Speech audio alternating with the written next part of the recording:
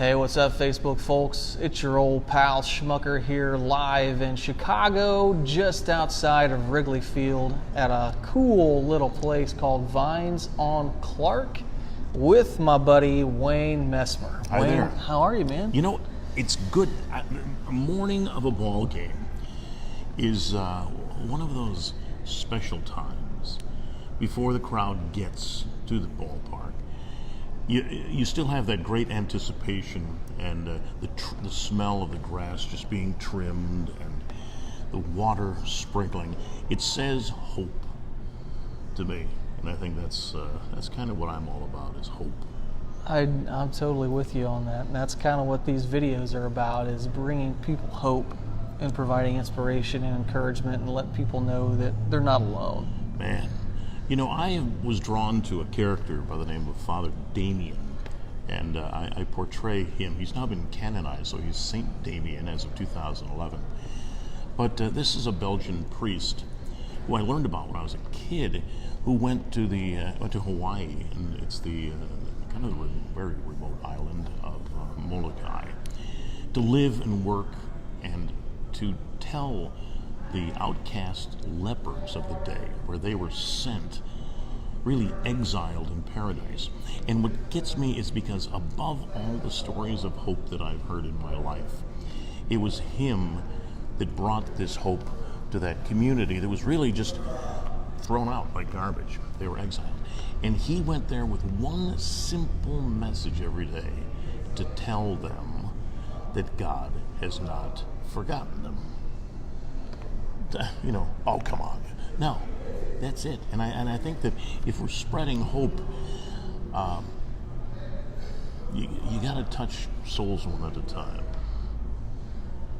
Yeah, and I firmly believe that. And, you know, and that's kind of what the whole premise of this video is. I mean, I spent 20 years myself buried in alcohol addiction, which sometimes, you know, going to bars, going to ball games, and having to relearn how to do all that stuff without the alcohol being involved. It's a lot more difficult than I think people realize. No, the person who has not had an addiction cannot relate.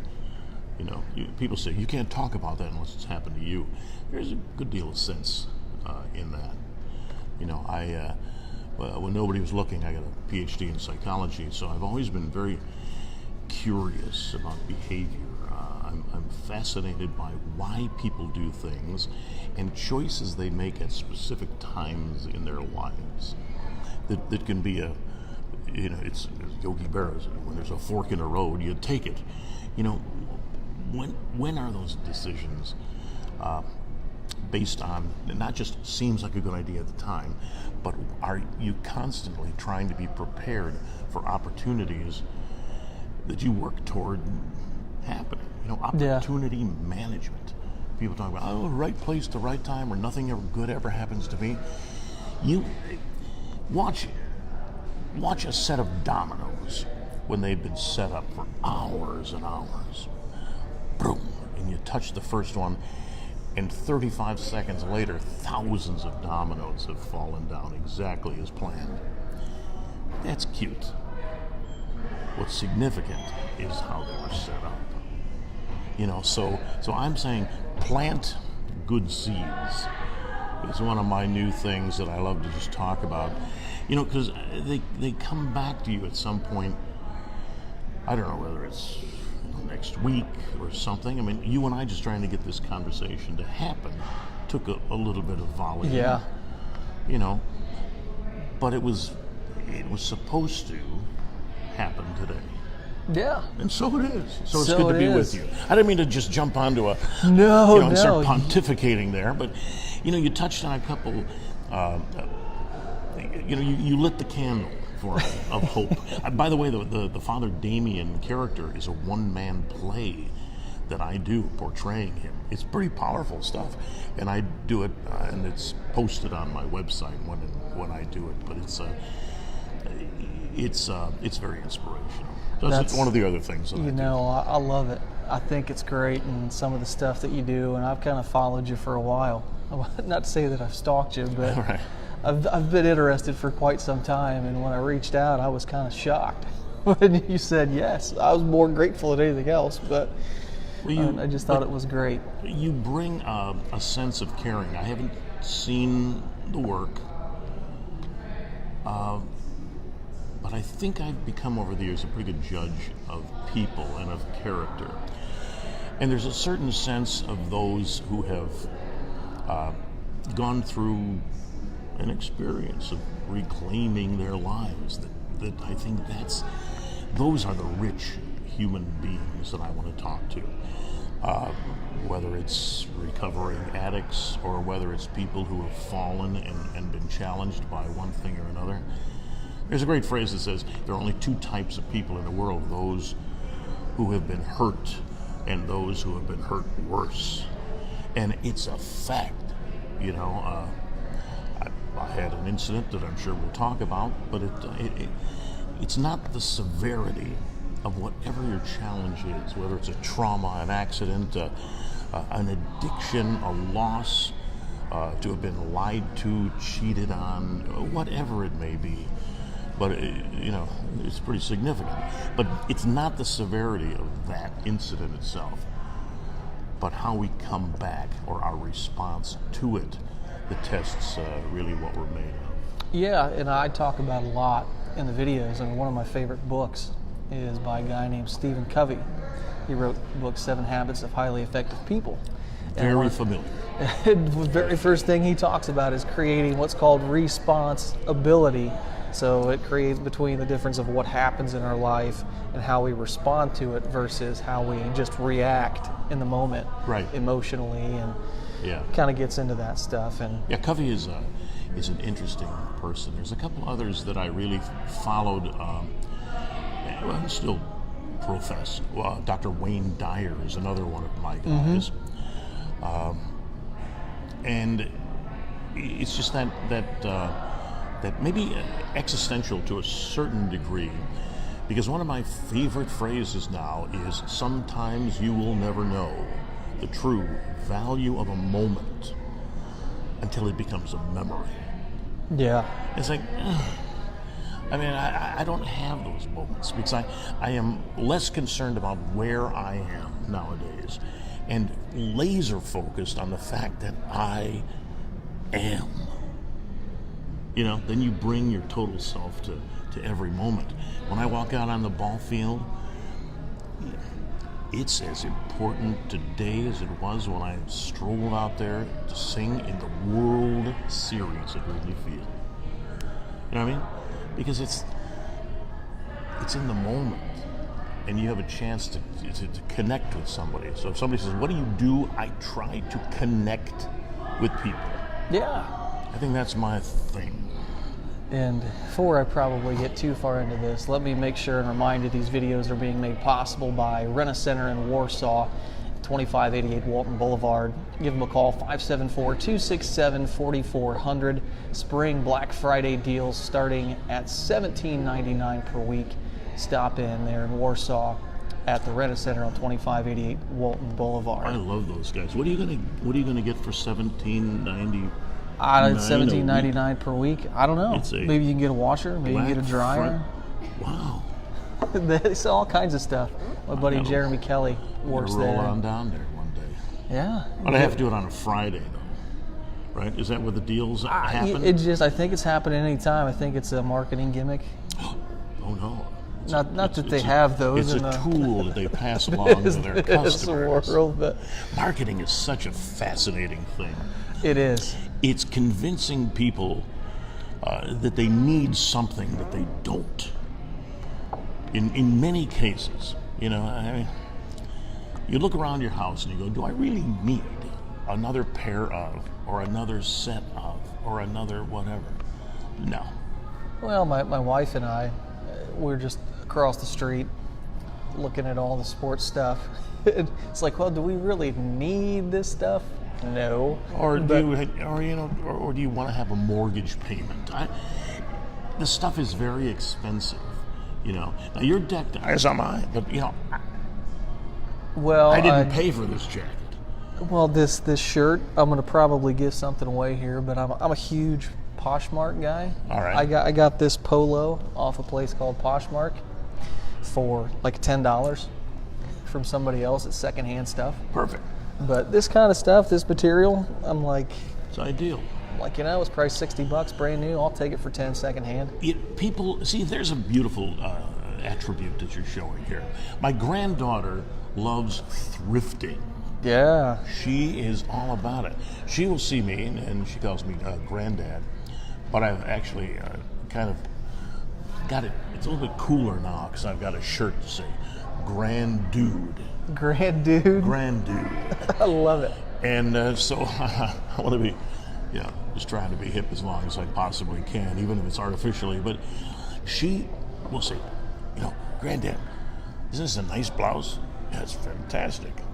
$2. I said, come on, baby. I love when people are shown how to survive with others. And in sharing, it's weird, I've never thought of this, but in sharing other people's clothing, you're carrying a little bit of their story with you. Yeah, and I love that sense. I mean, I spent pretty big time working as a radio DJ, up on the mountain, and then of course the alcoholism led to me getting fired. So and through courses of events, I ended up with basically nothing but a backpack, a sleeping bag, and Warsaw. So I'm next to nothing. Mind you, this is the middle of winter. Other than that, things were going pretty good for you. So right there, you kind of learn real quick what's important and what's not. Yeah. And the value of $1. And I think my parents kind of instilled that in me as well. And it's before we get too far. Somebody wants tagged here, so we'll tag that person. So, but I think when you can learn and carry somebody else's story with you, and part of these videos, the big part of it is telling people's story. Right. And learning something about somebody else that you might not have otherwise known. I'm sure people, they see you on TV singing the national anthem. Mm-hmm. They may see you speak somewhere, but they may not get a chance to know more of your story. Yeah. And who the guy actually is. Right. And thank you for that opportunity, because it's important to me. I love when people will say, like one person's excited, oh, Wayne Messmer, and another person's next to him, not a clue. It's like I'm just the guy standing there. And I will zero in on that person, that stranger, so that at the end of the day, the other guy will clue him in on how he should have been impressed. That kind of thing. Believe me, modestly I say that. But the guy says, hey, he was a cool guy, man. We had a nice conversation about whatever he does. I do a thing that in speaking, I sometimes get very serious in this one section and talk about, I have finally been diagnosed with something. I've had this affliction diagnosed. People, and I say, and it's contagious, but we have enough space here. Finally went to Mayo Clinic on this, and of course they have to give it a Latin name. Sure. So what I have is, and I'll just really take all my time with a great pause and say, I have conversatus interruptus. People go, what? I walk up to strangers, and here's, I think, the attitude that people have to carry inside of them. And it has nothing to do with ego. It has to do with breaking down a fence, if there even is one. I approach a group of people. You'll see it today if we go out and walk around a little bit at the ballpark. And I start a conversation, like in the middle of a conversation with strangers, but I take the opinion that they already know who I am and they're happy to see me. If you feel that about yourself, it translates into, then it's not a hello, it's like, who's this little guy when somebody's pushing a cart? Or, you know what I mean? And say, oh. And then the mom may know the Wayne guy, or the dad does or something, and the other one doesn't, and say, that was a cool, that's who that was. Oh, that was fun. It's an opportunity. When you're given some kind of, I guess, celebrity, it's a gift. It's a gift to be able to share with other people. And I am so acutely aware of the gift that I've been given to be able to speak and sing that I respect it, I share it, and I use it as often as possible. I'm also aware that any gift that we're given can be taken away. Yeah.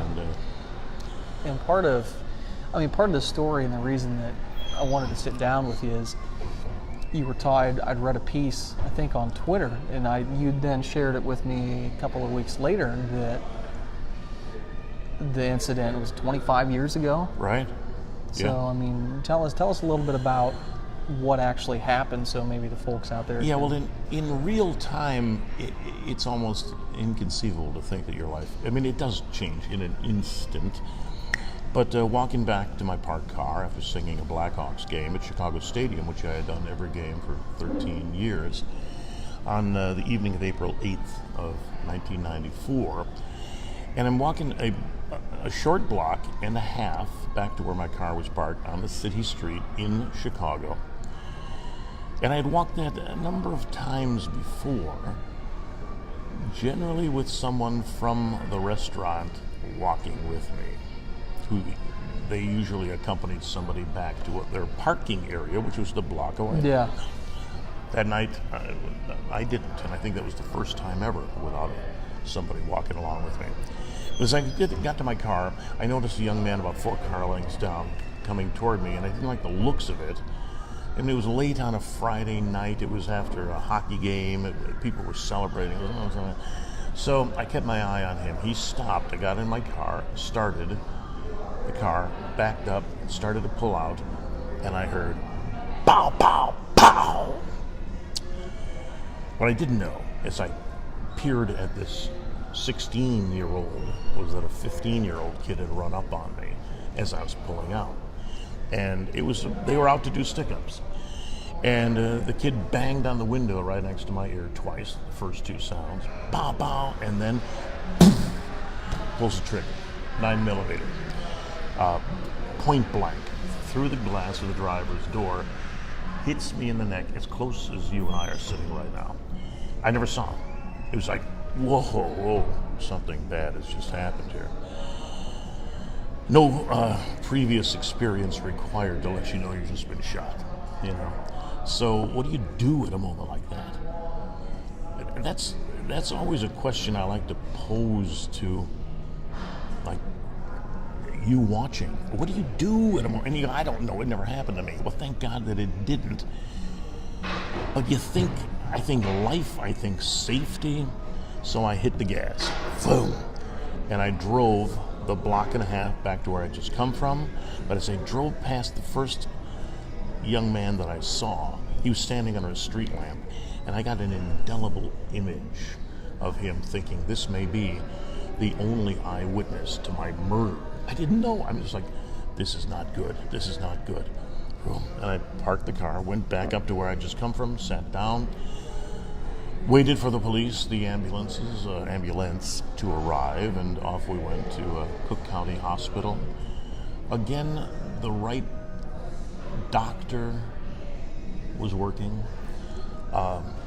The paramedics who came, I have stayed in touch with them because these are the men who got me at my most, fearful moment. And Bill and Henry, I still stay in touch with them.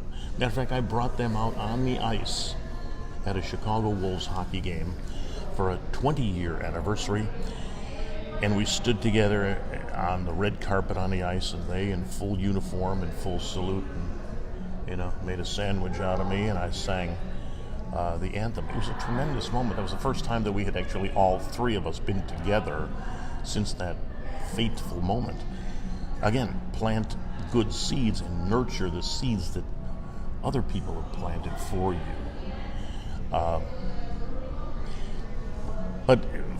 And then at county, about probably an hour, maybe a little over an hour, I was out and had no idea what was happening.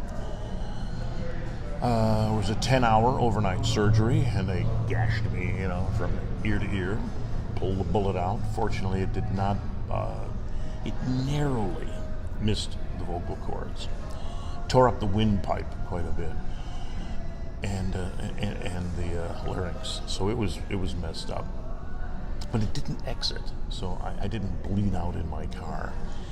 Amen. So what do you do? Well, I don't know. I wake up 2.5 days later with a couple questions, like what happened and what did you do, docs, how did it go? And this isn't just a bad nightmare, it's really happening. And that's when the challenge began. They had injected me to keep me from moving around. I had a tracheotomy, I had a respirator, I was on a IV in every imaginable orifice. It was, I guess, pretty ugly. I don't know. I didn't see myself.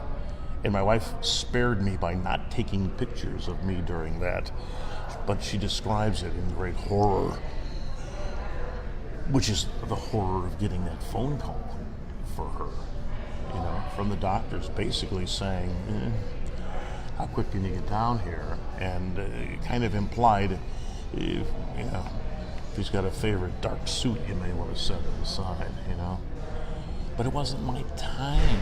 I don't know people who get shot point blank in the neck, which is so critical area.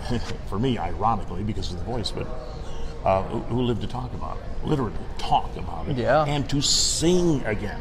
When I sing, it's an out-of-body experience. It is a miracle every day. Every day. See, because when I did wake up 2.5 days later, they had given me this injection to keep me from moving, and I couldn't move my hands, my feet, and I'm going like, oh my God. Steal my voice. And something went bad in surgery. Like C2, C3, something bad happened because now I'm a quadriplegic. In addition. Okay, I can take myself, I almost did there for a moment. I can take myself to that day and a half where I lingered, and I was kind of in a morphine cloud, but even still, I was lucid enough to know that I was afraid beyond any point I had ever been in my life. And I didn't know what to do. So that's why when I walk out on the field and sing,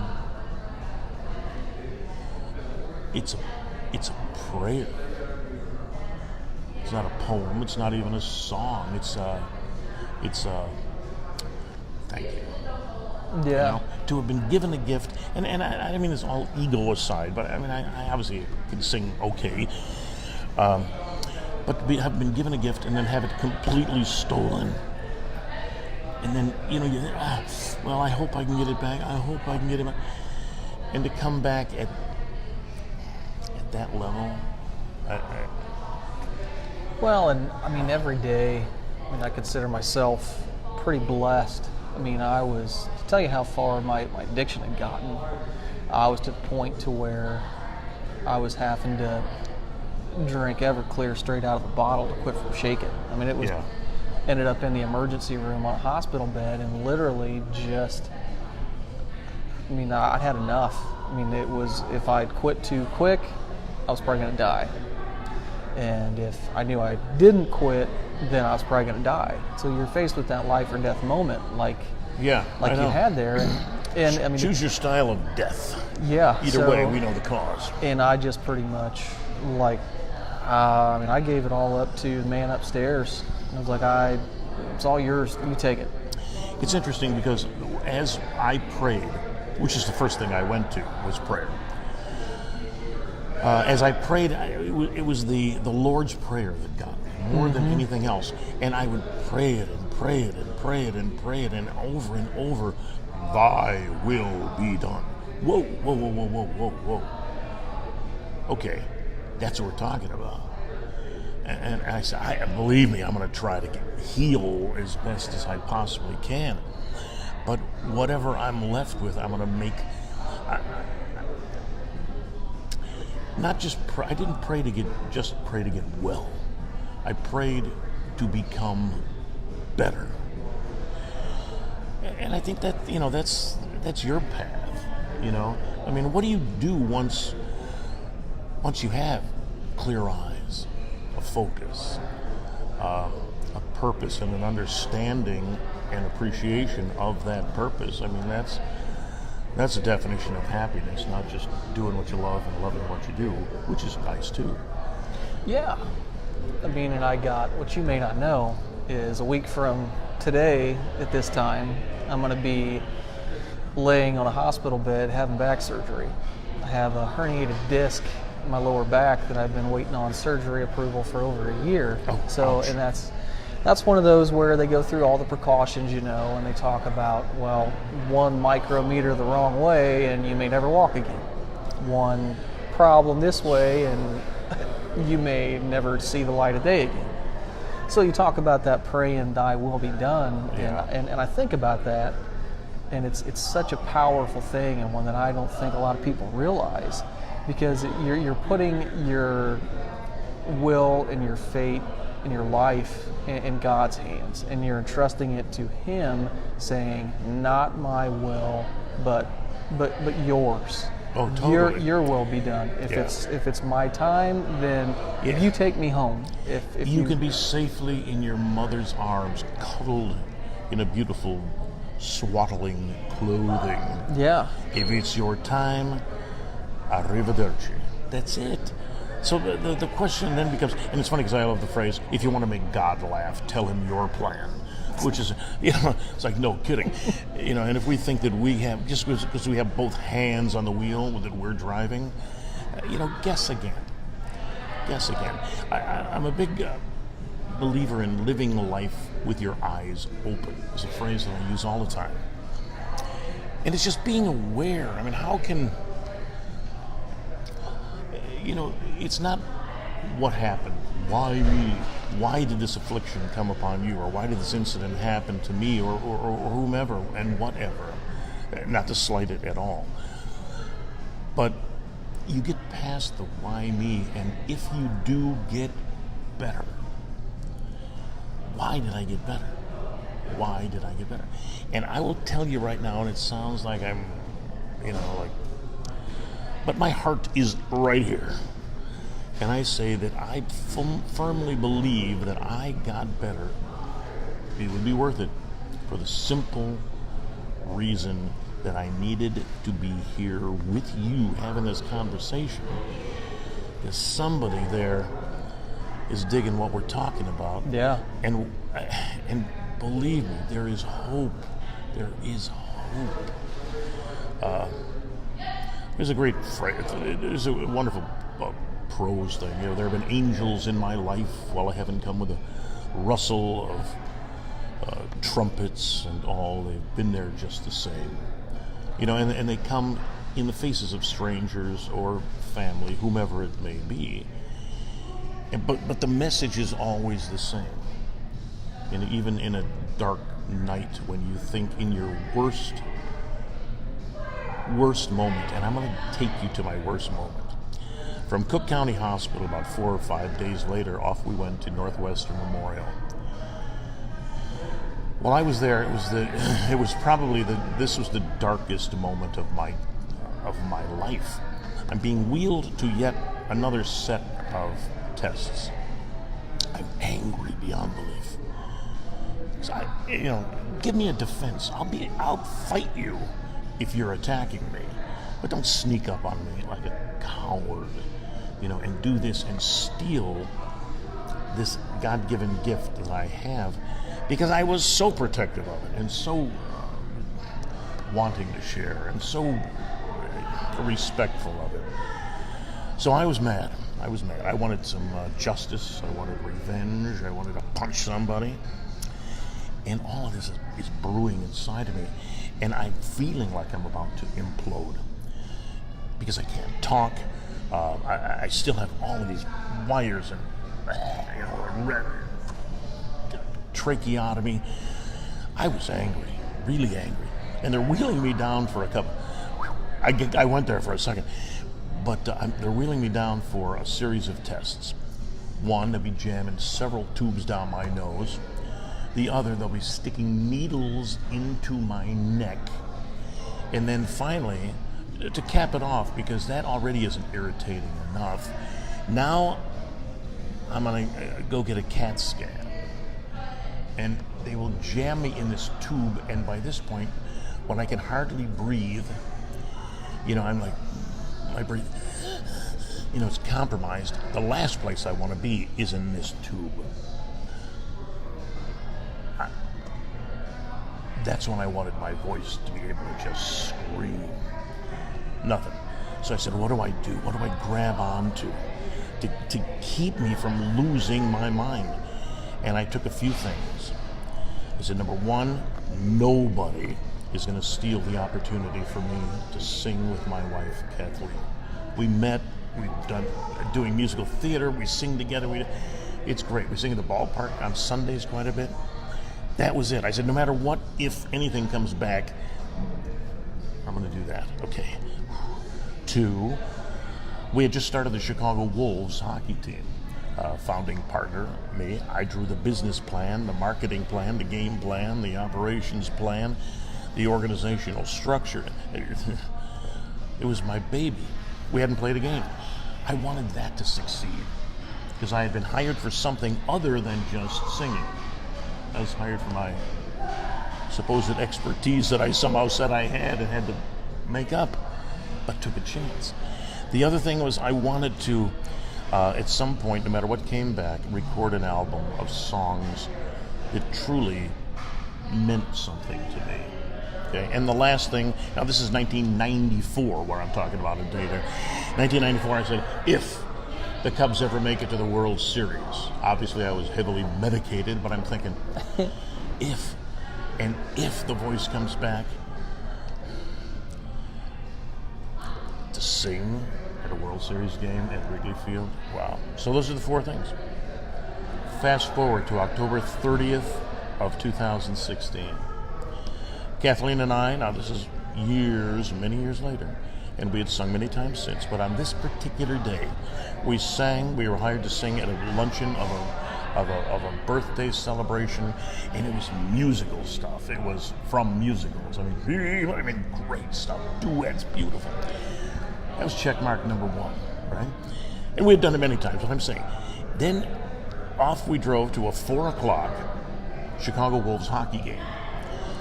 And I walked out and there were 14,000 people there.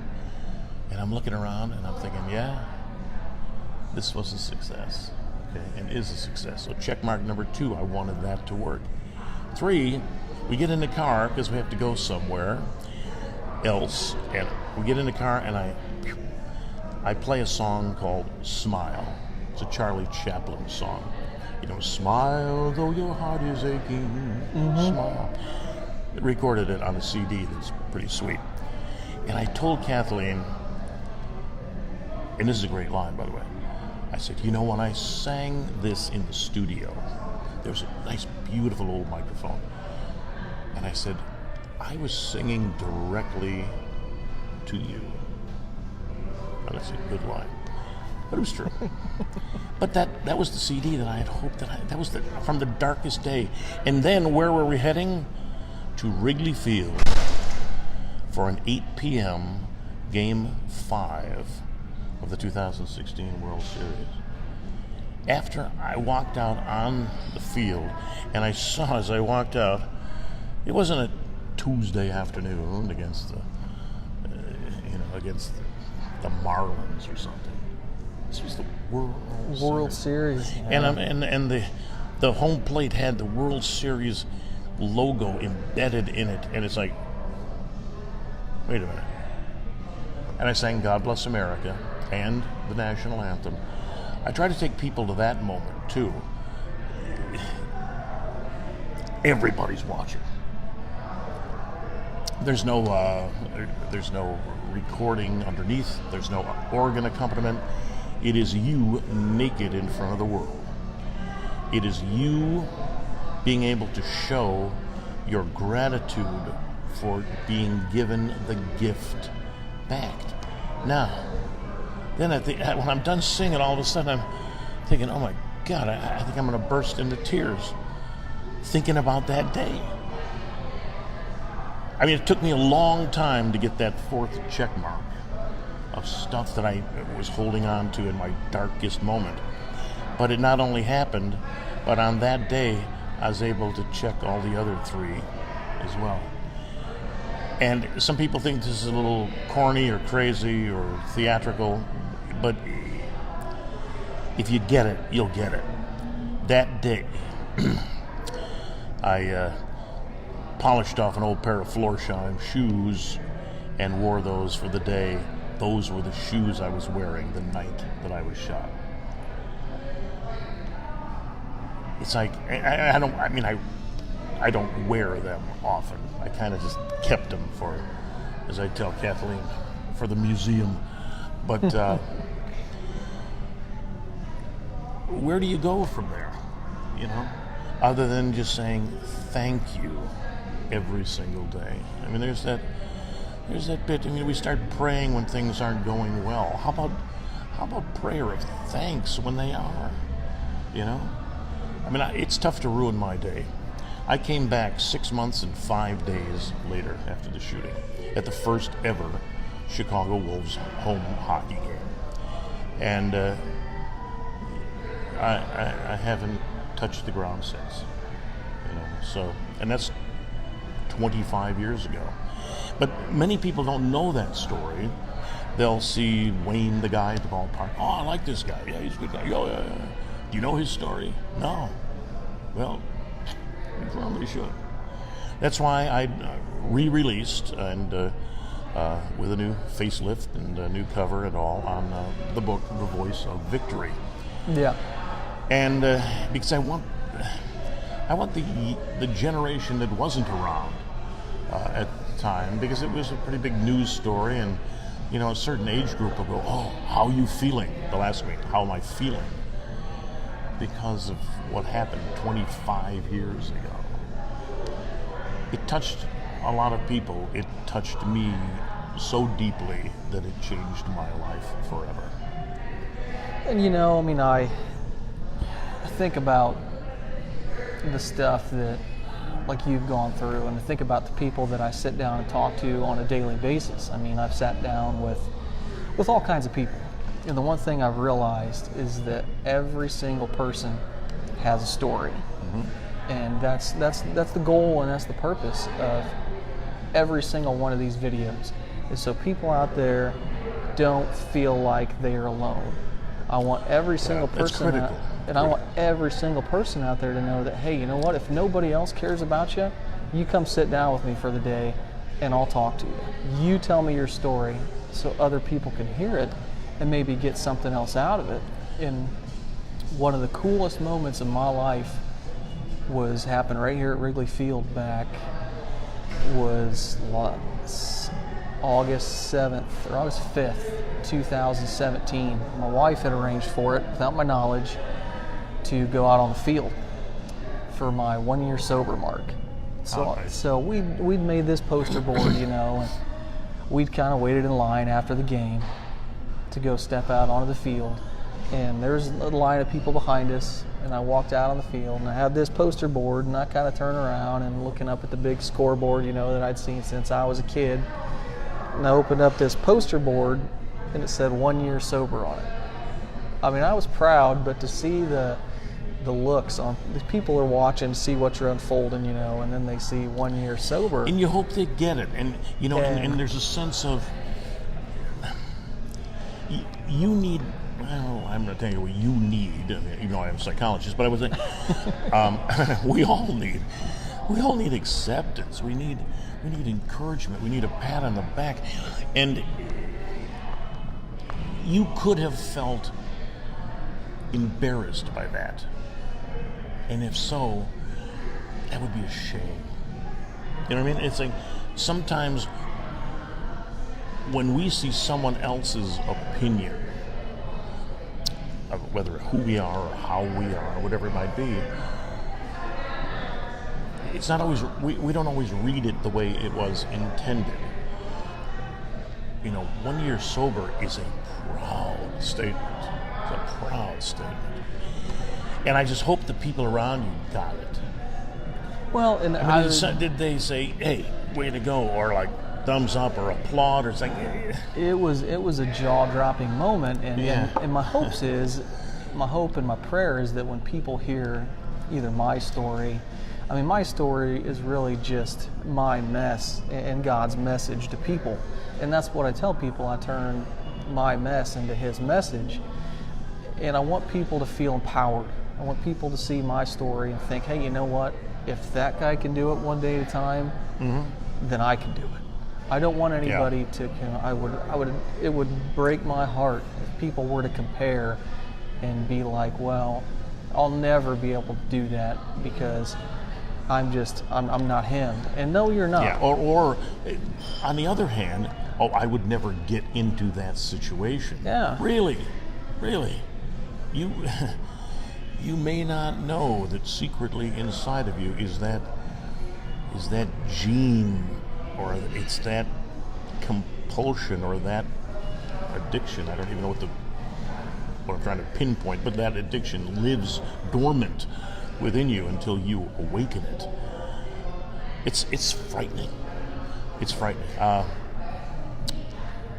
And I've dealt with some issues of with dear friends with addiction, and it's tough. I work as a certified recovery coach, and I get to sit down with people, and I consider myself blessed with every person that God puts in my path, and we get to talk. And one of the first things that we talk about is, what is your life's mission statement? Because if you don't have a mission statement in a direction that you want to head, then I don't know how to set your sail. Nor can I kind of teach you how to set your sail, and then you're just kind of blowing whatever direction the wind's taking you. And if you don't have a plan designated for yourself, chances are you're going to fall into somebody else's plan, and guess what they got planned for you? Not much. That's true. We are sole proprietors in our own lives. Solo proprietors, isn't that the? Instead of entrepreneurs, now it's solopreneurs. Is the word. But when it comes to our life, we have to take control of it. It's also interesting how when you put your own personal well-being on the top of the list, it's like none of this can happen if I'm not here, or I'm not functioning properly, or taking care of myself, and not eating everything that's fried, or whatever it might be. Do you want to be around to continue for this? I have such a gift of 4 gorgeous grandchildren, and for me, and everybody says it, when grandkids come along, I had no idea it was going to be like this. You have no idea. It's truly incredible. And so that's one of my great motivators. And also just to, and I tell Kathleen, I said, my life is dedicated to her happiness and my comfort. And she says, not always in that order. I said, yeah, but when I'm comfortable, I'm a happy guy to be around. I think it's important that you, not to show that you're selfish, but if you realize that comfort or sunshine or warmth or whatever that one thing is, as that character Jack Palance played in that one thing, one City Slickers. thing, Yeah, City Slickers, and then the Billy Crystal guy. But what is that one thing? Is what is for you to figure out. yeah. Because, and again, you in terms of your counseling and guidance with people, we're going to take a journey, okay, and we're crossing an ocean. First, let's determine which continent you want to be going toward, because a 1 degree shift back here is going to send you to the wrong place. So I firmly believe in, when we call it a bucket list, even if you want, whatever kind of cliche label you need to throw on it. But you need to keep score of where you are. and give yourself a high five when it's due, and then have a good talking to when it's not on track. And if it doesn't reach one step further to that one thing, you're spinning your wheels. So Yeah, that's my philosophy, at least. I know I'm thinking about coming up here on Tuesday. I have the opportunity and a tremendous blessing. I get to speak to about 4,000 to 5,000 people in town because they're having, I don't know if you're familiar with the DARE program, but all the 6th grade in our school system, they've asked me to be the keynote speaker. Well, I mean, I've spoken in front of people, but never probably quite that many. So, but at the same point in time, I think, what does a 38, almost 39-year-old recovering alcoholic talk to a 12 to 13-year-old group of kids? And the one thing I can think of is experience and choices have repercussions. It's like dropping a pebble in a pond and that ripple effect. That's it. And you know that every choice that you make is going to affect somebody else. It may not be today, but eventually it's going to hit a shore and it's going to affect somebody else. And I don't think that a lot of those kids really understand that, and I didn't understand it. It took me almost 20 years to figure that out. Well, you'll be something other than mom and dad telling them that, so it's a great opportunity. You know, as how many times have we heard with friends of ours, they get advice from somebody, and it's what their dad's been telling them for 20 years. Yeah. You know, oh, that must make sense. Well, you kind of roll your eyes and hope for the best. But I think what you're talking about is giving them the sense of responsibility, and I think pride and respect themselves. I think that's the thing. It's funny because you will have no difference talking to 4 people or 4,000. It won't matter. You just put the words out there. And above anything else, they need to hear the truth. Well, I want to make sure too that they understand, and that anybody out there understands, that what you do isn't as important as who you are while you're doing it. Your character, the integrity, I mean, the good cops, the good ball players, the good businessmen, the good fathers, the good mothers, whoever. It's that character that they display that you remember. I mean, and that's why, I mean, I love watching somebody that can conduct themselves with integrity, with respect, that, like you talk about having the conversation as interrupt us, or however you put that. Right. I mean, the ability to be able to talk to anybody. And my wife, who's sitting over here, kind of gives me a hard time that we can't walk through Walmart without me stopping and talking to 15 different people, and our 5-minute Walmart trip takes 45 minutes to an hour. But it's who you are, and I know the feeling. I know my wife says, I'll see you at checkout. You know, it's pretty much that. Because you'll run into somebody, and just someone they have a curious look. I want to know why. You know, they're trying to decide something. They're standing like me. This is a crime. In Arizona, we have a home out there, which isn't a crime, but they don't have a frozen. You cannot get a sausage frozen pizza in Arizona. Really? And maybe not anywhere, but certainly in the Phoenix area, because apparently they don't just eat that pepperoni everywhere. But no, and I think it's kind of a Midwest or Chicago thing.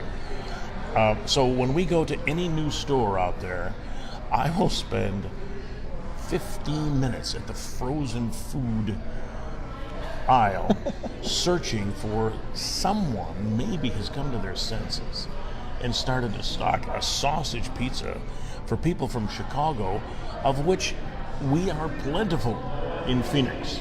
It's like Chicago's westernmost suburb. So maybe I need to start a campaign. So if someone in Phoenix is watching. My aunt, she lives in Phoenix. Come on, let's get some. You know what I'm talking about, right? Yeah, of course you do. They'll have pepperoni. They'll have. I won't go on. I'm a pizza guy. Maybe you could start a Giordano's franchise in Well, Phoenix. Who's out there? There's a couple out there. I think there's one. There's a Lou Malnati's, which is a big Chicago one. And then there's a place called, might as well plug that, Oregano's, which is my favorite out in the Phoenix area. But they were Chicago guys, you know. Yeah. I'm hungry. Pizza for breakfast is not a bad thing either. No, I think the art of having pizza for breakfast is something that is an acquired taste that people may have lost track of. Yes. But I think we successfully had this entire conversation and answered every single one of these questions in the. This is the famous green notepad that I take with me wherever I go. It's got everybody's questions that I go through on it. But Wayne, I tell you what, I appreciate you sitting down and talking with me today, and hopefully everybody out there does too. And This has been a delight. This is exactly what I'm talking about. You sit with someone who enters the conversation as a stranger and ends up as a friend, because we've lockstep walked through some interesting stuff here today that's really important, you know. And again, for me, it's some people, oh, it's the guy who sings the anthem. Well, there's a little more to it, I guess, than just that. And number one is really just appreciating the gifts we have in our lives. yeah, You know, even when you are down and crawling on all fours, they're there. They're just, and if you don't see them, it's probably because you are standing on them, sometimes crushing them and crushing your own hopes. So prayer's a solid, strong thing, and it's funny because prayer's not always answered the way we want it to. no, but it's always answered the way that God intends it and the way that needs to be answered. And, Yeah. and you talk about being a seed planter, and you reap what you sow. I mean, if you're sowing good seeds, hopefully they're going to fall on a good turf, which is going to in turn grow a good crop. But I mean, I had to learn real early on in my sobriety that it's not my job to grow the tree. It's just my job to cultivate the soil, water it, plant the seed, and let God grow that tree. Because so often I think we try and do it all. We try to plant, cultivate, and then harvest, and we kind of skip that from the planting and go right to the harvest without letting God grow that tree. Mm-hmm. So I mean, then what kind of fruit are you going to produce if you skip from plant right to harvest? I mean, there's that whole cultivation period. And sometimes you plant seeds with people, and when you plant those seeds, some people don't get it. Some people do. And I think I love seeing when people actually get it. And you love people where they're at, serving other people, being respectful of them. And you know, I talk about just treating people the way you want to be treated. Mm-hmm. Let's see, a little spin on the golden rule, you know, do unto others as if you were the others. Yeah. And I believe that. And how tough is it? And you'll see what my typical day looks like at the ballpark today. And I'm showered with blessings to be able to walk around. Wait, you know, hey, Wayne, good to see you. Hi, how you doing, buddy? Hey, good to see you. You know, man, you ever get tired of getting recognized? Well, it's better than being recognized in a police lineup. You know what I mean? Yeah. It's like, come on. What? And how tough is it to be nice to people who are being nice to you? Come on. And like you said, once people get it, you can't help but cultivate it yourself. Because that in itself is a gift to the understanding. And it's one of the greatest gifts that we can give somebody else, too. I mean, and I love that aspect of it, that you get to go talk to a lot of these people, and you seem to kind of have the same take that I do. It's like I talk to people, and it's like, okay, tell me how your day's going. Let me know what your story is. I mean, I see somebody, you know, might report the news, or somebody that walking down the street kind of looks a little homely or whatever, and I'm like, don't you sit down with me over a cup of coffee and tell me what your story is. Let me know what's going on in your day today. How are things going? And no, monetarily, I mean, I don't make a dime on these videos. They're sponsored, but everything I make goes back to the organization I do my recovery coaching through, called A Bridge to Hope. So, I mean, it's not about money. It's about letting people tell their story. Letting Wayne Messmer tell his story of overcoming the struggles that you've been in your life, and talking with everybody else that I do, letting them tell their story. So the videos are about them. It's not about me. I mean, I'm just kind of a vessel where people get to sit down and talk to and whatnot, and hopefully people get something out of it. I mean, I really do, and I really do. I tell you that. I mean it sincerely. Appreciate you taking the time to sit down. I've enjoyed spending this time with you. You know, my family, the Messmer family, comes from a farm down in near Indianapolis. So I've got kind of a Hoosier connection there. I'll be down in South Bend for the Midwest League All-Star game to sing that's for coming that. up. And just enjoy the day, you know. Sometimes you take a couple steps back, but open your eyes and just look around. You know, you look in the mirror every day and you say, I'm going to live today as if it's my last day on earth. And one day you're going to be right. But hopefully, not today. Yeah. I mean, I think my post this morning focused on, I always put a have a great day post on my wall to kind of encourage people. And today was looking ahead through your work day to fast forward to the weekends. I mean, you're already missing out 8 hours of your day, and multiplying that times 52 Fridays in a year, I think it's 400 and some odd hours that you're missing out in an entire year because you looked ahead past the 8 hours that you could have focused on that joy, that experience that's going to help shape you into who you are. And I think people often tend to overlook those experiences. And I look back on the 20 years in addiction that, yeah, are there times where I wish I could go back and probably do it over? Sure. But would I do it? No. Because if I hadn't went through that time in my life, I wouldn't be who I am today. I mean, I think God allows us to go through that stuff to mold us and shape us, kind of like a fine clay, because He's got a greater purpose. He's got a reason for why I think you went through why you did. So yeah, and you can't get up stronger, with more resolve, with more focus, with more purpose, unless there is that precipitous event where you're knocked down in the first place. You know, it just doesn't happen. You have to have a bump, a bruise, or God help us, even some of us get shot, but it's all good, man. There is hope. But all right, Wayne, I appreciate it, and I won't take up too much more of your time. Video today again being brought to you by Rent-A-Center in Warsaw, 2588 Walton Boulevard. Call them 574-267-4400. Spring Black Friday deals starting at $17.99 per week. That is at Rent-A-Center in Warsaw. All Rent-A-Center all over the country, you can find them. But hey, I appreciate you guys taking the time out of your day. Cubbies, we're going to go hear this guy sing the anthem here in just a little bit. Still probably got time to get tickets. Thanks again to Vines on Clark for their hospitality. As you can hear, it's kind of getting a little bit louder behind us. Everybody's getting geared up for the Cubbies game day against the Brewers. It's always a big series. Yeah, big one. So, Wayne, thanks again for your time. All right. And I will catch you guys. Have a fantastic Friday. And remember, you are not alone. There's always somebody out there that cares about you, even if it's just the two guys sitting here. So, have an awesome day. I will see you when I see you. So, take care. Ugh. Get out there.